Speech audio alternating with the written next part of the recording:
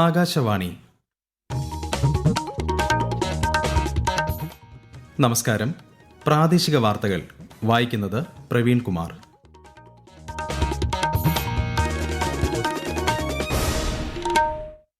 പ്രധാന വാർത്തകൾ. 3 ദിവസത്തെ പ്രത്യേക പാർലമെന്റ് സമ്മേളനത്തിന് തുടക്കമായി. വനിതാ സംവരണ ഡീലിമിറ്റേഷൻ ബില്ലുകൾ പാർലമെന്റിൽ. SSLC പരീക്ഷാ മൂല്യനിർണ്ണയത്തിന് ഇന്ന് തുടക്കം. മൂല്യനിർണ്ണയം 3 ഘട്ടങ്ങളിൽ. സംസ്ഥാനത്ത് പകൽ താപനില ഉയരുന്ന അൾട്രാ വയലറ്റ് സൂചികയുടെ പശ്ചാത്തലത്തിൽ 6 ജില്ലകളിൽ ഓറഞ്ച് ജാഗ്രത. കണ്ണൂർ ഡെന്റൽ കോളേജ് വിദ്യാർത്ഥി നിതിൻ രാജിന്റെ മരണവുമായി ബന്ധപ്പെട്ട് ആരോഗ്യ സർവകലാശാല അധികൃതർ ഇന്നും നാളെയും കോളേജിൽ നേരിട്ടെത്തി തെളിവെടുപ്പ് നടത്തും. പശ്ചിമേഷ്യൻ സംഘർഷം തുടരുന്നു. ഇറാനിയൻ തുറമുഖങ്ങളിൽ നാവിക ഉപരോധം കർശനമാക്കി അമേരിക്ക. IPL ക്രിക്കറ്റിൽ ഇന്ന് മുംബൈ ഇന്ത്യൻസ് പഞ്ചാബ് കിങ്സ് പോരാട്ടം. വാർത്തകൾ വിശദമായി. പാർലമെന്റിന്റെ 3 ദിവസത്തെ പ്രത്യേക സമ്മേളനത്തിന് തുടക്കമായി. ലോക്സഭയിലും സംസ്ഥാന നിയമസഭകളിലും സ്ത്രീകൾക്ക് 33% സംവരണം ലക്ഷ്യമിട്ട് 2023 പാസാക്കിയ നിയമം ഭേദഗതികളോടെ നടപ്പിലാക്കുന്നതുമായി ബന്ധപ്പെട്ടാണ് സമ്മേളനം. ഇതിനായി സർക്കാർ 3 ഭേദഗതി ബില്ലുകൾ അവതരിപ്പിക്കും. ഭരണഘടന 131 ഭേദഗതി ബിൽ 2026, കേന്ദ്രഭരണ പ്രദേശ നിയമങ്ങൾ ഭേദഗതി ബിൽ 2026, ഡീലിമിറ്റേഷൻ ബിൽ 2026 എന്നിവയാണ് അവതരിപ്പിക്കുക. ഭരണഘടന 131 ഭേദഗതി ബിൽ അവതരണത്തിന് ലോക്സഭ അനുമതി നൽകി. 207 എംപിമാർ അനുകൂലിച്ചും 126 എംപിമാർ എതിർത്തും വോട്ട് ചെയ്തു. വിഖ്യാത ഗായിക ആശാ ഭോസ്ലേക്ക് ശ്രദ്ധാഞ്ജലി അർപ്പിച്ചുകൊണ്ടാണ് ഇന്ന് ലോക്സഭയിൽ നടപടികൾ ആരംഭിച്ചത്. വനിതാ സംവരണ ഭേദഗതി ബിൽ അവതരണത്തിലേക്ക് കടന്നപ്പോൾ കോൺഗ്രസ് അംഗം KC വേണുഗോപാൽ നീക്കത്തെ എതിർത്തു. രാജ്യത്തിന്റെ ഫെഡറൽ സംവിധാനത്തെ ഈ ബില്ലുകൾ ദുർബലപ്പെടുത്തുമെന്ന് അദ്ദേഹം പറഞ്ഞു. ബിൽ അവതരിപ്പിക്കുന്നതിലെ സാങ്കേതിക തടസ്സങ്ങൾ മാത്രമേ ശ്രീ KC വേണുഗോപാലിന് ഉന്നയിക്കാൻ സാധിക്കൂവെന്ന് കേന്ദ്ര ആഭ്യന്തരമന്ത്രി അമിത് ഷാ മറുപടി നൽകി. ബില്ലിന്മേലുള്ള ചർച്ചയ്ക്ക് പ്രധാനമന്ത്രി നരേന്ദ്രമോദി ഇന്ന് വൈകുന്നേരം മറുപടി പറയും. അതേസമയം രാജ്യസഭയിൽ BJP ദേശീയ അധ്യക്ഷൻ നിതിൻ നബീൻ ഉൾപ്പെടെ 10ഓളം അംഗങ്ങളുടെ സത്യപ്രതിജ്ഞയ്ക്ക് ശേഷം സഭ ഇന്നത്തേക്ക് പിരിഞ്ഞു. നിയമസഭാ തെരഞ്ഞെടുപ്പ് നടക്കുന്ന തമിഴ്നാട്ടിലും പശ്ചിമ ബംഗാളിലും പ്രചാരണം ഊർജിതം. BJP നേതാവും അസം മുഖ്യമന്ത്രിയുമായ ഹിമന്ത ബിശ്വ ശർമ്മ ഇന്ന് പശ്ചിമ ബംഗാളിൽ പ്രചാരണത്തിൽ പങ്കെടുക്കും. തൃണമൂൽ കോൺഗ്രസ് നേതാവും മുഖ്യമന്ത്രിയുമായ മമതാ ബാനർജിയും തെരഞ്ഞെടുപ്പ് പ്രചാരണ രംഗത്ത് സജീവമാണ്. പ്രധാനമന്ത്രിയും BJP നേതാവുമായ നരേന്ദ്രമോദി ഇന്നലെ തമിഴ്നാട്ടിലെ നാഗർകോവിലിൽ റോഡ് ഷോയിൽ പങ്കെടുത്തു. തമിഴ്നാട് മുഖ്യമന്ത്രിയും DMK നേതാവുമായ MK സ്റ്റാലിൻ സേലം ജില്ലയിലാണ് പ്രചാരണം നടത്തിയത്. SSLC പരീക്ഷാ മൂല്യനിർണ്ണയത്തിന് തുടക്കമായി. 3 ഘട്ടമായാണ് മൂല്യനിർണ്ണയം. ആദ്യഘട്ടം മറ്റന്നാൾ വരെയും, 2ാം ഘട്ടം ഈ മാസം 20 മുതൽ 25 വരെയും, 3ാം ഘട്ടം ഈ മാസം 27 മുതൽ മെയ് 2 വരെയുമാണ് നടക്കുന്നത്. സംസ്ഥാനത്തെ വിദ്യാലയങ്ങളിൽ വേനലവധിക്കാലത്ത് സ്പെഷ്യൽ ക്ലാസുകൾ സംഘടിപ്പിക്കുന്നത് പൂർണ്ണമായും ഒഴിവാക്കണമെന്ന് മന്ത്രി V ശിവൻകുട്ടി. ചട്ടവിരുദ്ധമായി ക്ലാസുകൾ നടത്തുന്ന സ്ഥാപനങ്ങൾക്കെതിരെ കർശന നടപടി സ്വീകരിക്കുമെന്നും മന്ത്രി വ്യക്തമാക്കി. കഠിനമായ ചൂടിൽ സ്കൂളുകളിലെ പഠനാന്തരീക്ഷം കുട്ടികൾക്ക് ആരോഗ്യ പ്രശ്നങ്ങൾ സൃഷ്ടിക്കാൻ സാധ്യതയുണ്ട്. സംസ്ഥാനത്തെ സർക്കാർ എയ്ഡഡ് സ്കൂളുകൾക്ക് പുറമെ CBSE, ICSE തുടങ്ങി എല്ലാ വിദ്യാലയങ്ങളും നിർദ്ദേശം പാലിക്കാൻ ബാധ്യസ്ഥരാണെന്നും മന്ത്രി അറിയിച്ചു. കേരളത്തിൽ പകൽ താപനില ഉയർന്ന അൾട്രാ വയലറ്റ് സൂചിക റിപ്പോർട്ട് ചെയ്യുന്ന പശ്ചാത്തലത്തിൽ കൊല്ലം, പത്തനംതിട്ട, ആലപ്പുഴ, കോട്ടയം, ഇടുക്കി, പാലക്കാട് ജില്ലകളിൽ ഓറഞ്ച് ജാഗ്രത പ്രഖ്യാപിച്ചു. തിരുവനന്തപുരം, കണ്ണൂർ, കാസർഗോഡ് ഒഴികെയുള്ള ജില്ലകളിൽ മഞ്ഞ ജാഗ്രതയാണ്. കണ്ണൂർ ജില്ലയിലെ രൂക്ഷമായ വരൾച്ചയും കുടിവെള്ളക്ഷാമവും നേരിടുന്ന പ്രദേശങ്ങളെ പഠനവിധേയമാക്കാൻ വാട്ടർ വോളണ്ടിയർ സേന രംഗത്തിറങ്ങുന്നു. ജലക്ഷാമത്തിലേക്ക് നയിച്ച കാരണങ്ങൾ കണ്ടെത്താൻ ലക്ഷ്യമിട്ടാണ് പഠനം. കൂടുതൽ വിവരങ്ങളുമായി ആകാശവാണി കണ്ണൂർ ജില്ലാ പ്രതിനിധി KO ശശിധരൻ. ഹരിത കേരളം മിഷൻ, ശുചിത്വ മിഷൻ, ഭൂജല വകുപ്പ്, സന്നദ്ധ സംഘടനയായ MORE എന്നിവ സംയുക്തമായാണ് വാട്ടർ വളണ്ടിയർ പ്രവർത്തനം സംഘടിപ്പിക്കുന്നത്. കഴിഞ്ഞ 5 വർഷത്തെ ജലക്ഷാമ പ്രദേശങ്ങളുടെ സ്ഥിതിയും ഈ വർഷത്തെ അവസ്ഥയും പരിഗണിച്ചാണ് പഠനവിധേയമാക്കേണ്ടുന്ന പ്രദേശങ്ങൾ തെരഞ്ഞെടുക്കുക. കിണറുകളിലെ ജലത്തിന്റെ താഴ്ചയുടെ സ്വഭാവം, പ്രദേശത്തെ മണ്ണിന്റെ ഘടന, വീടുകളിലെ മഴവെള്ളക്കൊയ്ത്തിന്റെ സ്ഥിതി, ജലത്തിന്റെ ഗുണനിലവാരം, പ്രദേശത്തെ ജനസാന്ദ്രത, തുറന്ന കിണറുകളുടെ എണ്ണം എന്നീ കാര്യങ്ങൾ പരിഗണിച്ചാണ് പഠനം നടത്തുക. ഓരോ പ്രദേശത്തെയും ജലക്ഷാമം സുസ്ഥിരമായി ഒഴിവാക്കാനുള്ള നിർദ്ദേശങ്ങൾ കൂടി പഠനത്തിന്റെ ഭാഗമായി തയ്യാറാക്കും.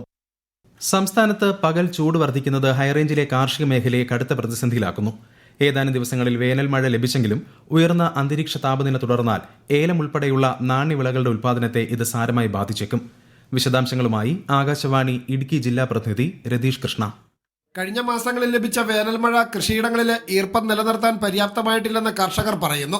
പകൽ സമയത്തെ അമിതമായ ചൂട് കാരണം മണ്ണ് വേഗത്തിൽ വരണ്ടുണങ്ങുന്നത് ജലസേചനത്തെയും പ്രതിസന്ധിയിലാക്കുന്നുണ്ട്. കൃത്യമായ നന ആവശ്യമുള്ള ഏലം കൃഷിയാണ് ഇത്തവണ ഏറ്റവും കൂടുതൽ ഭീഷണി നേരിടുന്നത്. ജലലഭ്യത കുറഞ്ഞ ഇടങ്ങളിൽ ഏലച്ചെടികൾ കരിഞ്ഞുണങ്ങി തുടങ്ങിയിട്ടുണ്ട്.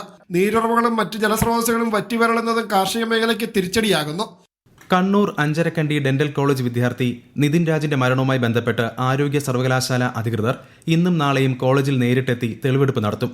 അതേസമയം വിദ്യാർത്ഥിയുടെ മരണത്തിന് ഉത്തരവാദികളായവർക്ക് നേരെ നരഹത്യയ്ക്ക് കേസെടുക്കണമെന്ന് ആദിവാസി ദളിത് മുന്നേറ്റ സമിതി, അംബേദ്കർ ഡെമോക്രാറ്റിക് ഫ്രണ്ട് സംഘടനകൾ ആവശ്യപ്പെട്ടു.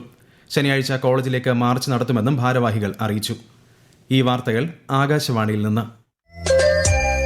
ആകാശവാണി വാർത്തകളും വാർത്താ അധിഷ്ഠിത പരിപാടികളും All India Radio news Thiruvananthapuram YouTube ചാനലിലും @All India Radio news Thiruvananthapuram Facebook പേജിലും AIR ന്യൂസ് _തിരുവനന്തപുരം ഇൻസ്റ്റഗ്രാം അക്കൌണ്ടിലും @AIR ന്യൂസ് _TVM X ഹാൻഡിലും ലഭ്യമാണ്. പ്രധാനമന്ത്രി നരേന്ദ്രമോദി ആകാശവാണിയിലൂടെ ജനങ്ങളുമായി ആശയങ്ങൾ പങ്കുവയ്ക്കുന്ന പ്രതിമാസ റേഡിയോ പ്രഭാഷണ പരിപാടി മൻ കി ബാത്ത് ഈ മാസം 26-ന്.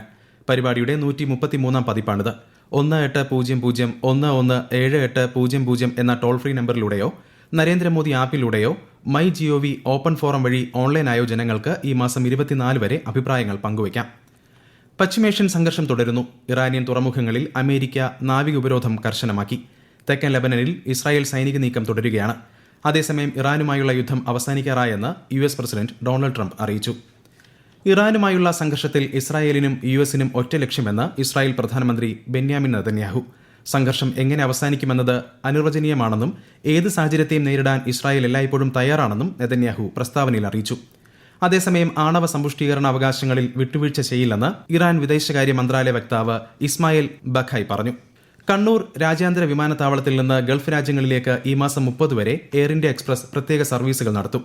മസ്കറ്റ്, ഷാർജ, ജിദ്ദ, റിയാദ് എന്നിവിടങ്ങളിലേക്കാണ് സർവീസുകൾ. കൊല്ലം നഗരം പൂരാവേശത്തിലേക്ക്. കൊല്ലം പൂരവും കുടമാറ്റവും ഇന്ന് വൈകിട്ട് ആശ്രമം മൈതാനത്ത് നടക്കും. കൂടുതൽ വിവരങ്ങളുമായി ആകാശവാണി കൊല്ലം ജില്ലാ പ്രതിനിധി നീരജ് ലാൽ. രാവിലെ 10:30 മണിയോടെ ചെറുപൂരങ്ങൾ ആശ്രമം ശ്രീകൃഷ്ണസ്വാമി ക്ഷേത്രത്തിലേക്ക് എത്തിത്തുടങ്ങിയിരുന്നു. തുടർന്ന് ആന നീരാട്ട് നടന്നു. ഇപ്പോൾ ആനയൂട്ട് പുരോഗമിക്കുകയാണ്. വൈകിട്ട് 3 മണിയോടെ തിരുമുൻപിൽ മേളം ആരംഭിക്കും. തുടർന്ന് കൊടിയിറക്കിയ ശേഷം ഉണ്ണിക്കണ്ണന്റെ തിടമ്പേറ്റിയ ഗജവീരൻ തൃക്കടവൂർ ശിവരാജു ആറാട്ട് പുറപ്പാടിനായി പടിവാതിക്കൽ എഴുന്നള്ളി നിൽക്കുമ്പോഴാണ് തിരുമുൻപിൽ കുടമാറ്റം നടക്കുക. സന്ധ്യയോടെ ആശ്രമ മൈതാനത്ത് താമരക്കുളം മഹാഗണപതിയും പുതിയകാവ് ഭഗവതിയും മുഖാമുഖം അണിനിരന്നുള്ള കുടമാറ്റം ആരംഭിക്കും. കുടമാറ്റത്തിന് ശേഷം അകമ്പടിയോടെ ആറാട്ട് പുറപ്പാട്. IPL ക്രിക്കറ്റിൽ ഇന്ന് മുംബൈ ഇന്ത്യൻസ് പഞ്ചാബ് കിങ്സിനെ നേരിടും. മുംബൈ വാങ്കഡെ സ്റ്റേഡിയത്തിൽ വൈകുന്നേരം 7:30-നാണ് മത്സരം. ഇന്നലെ നടന്ന മത്സരത്തിൽ Royal Challengers Bengaluru Lucknow super ജയൻസിനെ 5 വിക്കറ്റിന് പരാജയപ്പെടുത്തിയിരുന്നു. ഇടുക്കി മൂന്നാർ പഞ്ചായത്തിന്റെ മാലിന്യ പ്ലാന്റിൽ തീപിടുത്തം. നല്ലതണ്ണി കല്ലാറിലുള്ള മൂന്നാർ പഞ്ചായത്തിന്റെ മാലിന്യ പരിപാലന പ്ലാന്റിലാണ് ഇന്നലെ വൈകുന്നേരത്തോടെ തീപിടുത്തമുണ്ടായത്. സോളാർ സംവിധാനത്തിന്റെ ബാറ്ററി പൊട്ടിത്തെറിച്ചതാണ് അപകട കാരണമെന്നാണ് പ്രാഥമിക വിവരം. തീ രാത്രിയോടെ നിയന്ത്രണ വിധേയമാക്കി. വിഷുവിന് പടക്കം പൊട്ടിക്കുന്നതിനിടയിൽ കയ്യിലിരുന്ന് ഗുണ്ടുപൊട്ടി യുവാവ് മരിച്ചു. പാലക്കാട് ശ്രീകൃഷ്ണപുരം രാഗം കോർണറിലെ വെള്ളപ്പാം തൊടി ദിലീപാണ് മരിച്ചത്. രാജ്യത്തെ ഓഹരി വിപണികളിൽ നഷ്ടം. സെൻസെക്സ് 228 പോയിന്റ് താഴ്ന്ന് 77,883-ലും നിഫ്റ്റി 67 പോയിന്റ് നഷ്ടത്തിൽ 24,164-ലും വ്യാപാരം തുടരുന്നു. സ്വർണ്ണവില വർദ്ധിച്ചു. ഗ്രാമിന് 20 രൂപ വർദ്ധിച്ച് 14,260 രൂപയും പവന് 160 രൂപ ഉയർന്ന് 1,14,080 രൂപയുമാണ് ഇന്നത്തെ വില.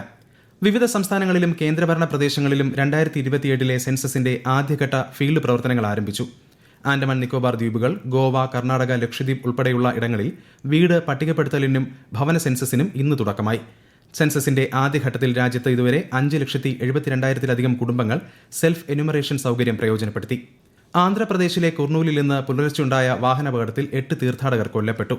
ചിലക്കലാഡോണ ഗ്രാമത്തിന് സമീപമായിരുന്നു അപകടം. ഇവർ സഞ്ചരിച്ചിരുന്ന വാഹനം ടാങ്കറുമായി കൂട്ടിയിടിക്കുകയായിരുന്നു.